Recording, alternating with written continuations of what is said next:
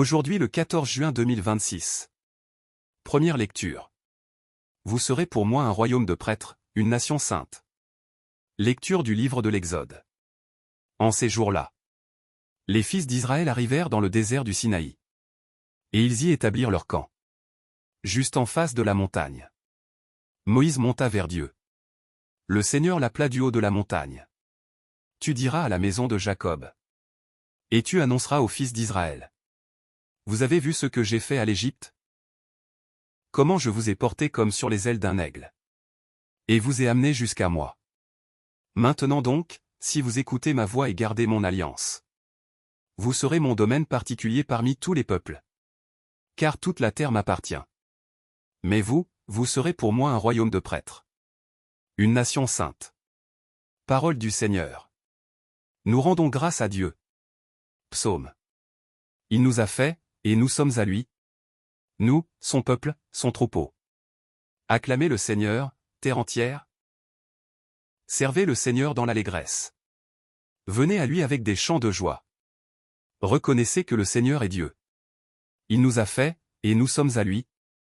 Nous, son peuple, son troupeau. Oui, le Seigneur est bon. Éternel est son amour. Sa fidélité demeure d'âge en âge. Deuxième lecture.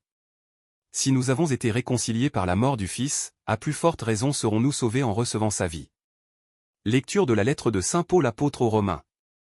Frères, alors que nous n'étions encore capables de rien, le Christ, au temps fixé par Dieu, est mort pour les impies que nous étions. Accepter de mourir pour un homme juste. C'est déjà difficile. Peut-être quelqu'un s'exposerait-il à mourir pour un homme de bien. Or, la preuve que Dieu nous aime, c'est que le Christ est mort pour nous, alors que nous étions encore pécheurs. À plus forte raison, maintenant que le sang du Christ nous a fait devenir des justes, serons-nous sauvés par lui de la colère de Dieu. En effet, si nous avons été réconciliés avec Dieu par la mort de son Fils, alors que nous étions ses ennemis, à plus forte raison, maintenant que nous sommes réconciliés, serons-nous sauvés en ayant part à sa vie. Bien plus, nous mettons notre fierté en Dieu.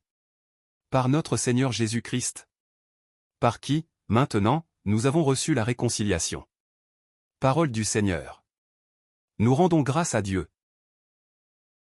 Évangile. Jésus appela ses 12 disciples et les envoya en mission. Alléluia. Alléluia. Le règne de Dieu est tout proche. Convertissez-vous et croyez à l'Évangile. Alléluia. Évangile de Jésus-Christ selon saint Matthieu. En ce temps-là, voyant les foules, Jésus fut saisi de compassion envers elles. Parce qu'elles étaient désemparées et abattues, comme des brebis sans berger. Il dit alors à ses disciples: La moisson est abondante, mais les ouvriers sont peu nombreux. Priez donc le maître de la moisson d'envoyer des ouvriers pour sa moisson. Alors Jésus appela ses 12 disciples et leur donna le pouvoir d'expulser les esprits impurs et de guérir toute maladie et toute infirmité. Voici les noms des 12 apôtres. Le premier, Simon, nommé Pierre. André son frère. Jacques, fils de Zébédée, et Jean son frère. Philippe et Barthélemy. Thomas et Matthieu le publicain. Jacques, fils d'Alphée, et Thaddée. Simon le Zélote. Et Judas l'Iscariote, celui-là même qui le livra. Ces 12, Jésus les envoya en mission, avec les instructions suivantes. Ne prenez pas le chemin qui mène vers les nations païennes. Et n'entrez dans aucune ville des Samaritains. Allez plutôt vers les brebis perdues de la maison d'Israël. Sur votre route, proclamez que le royaume des cieux est tout proche. Guérissez les malades, ressuscitez les morts. Purifiez les lépreux, expulsez les démons. Vous avez reçu gratuitement. Donnez gratuitement. Acclamons la parole de Dieu. Louange à toi Seigneur Jésus.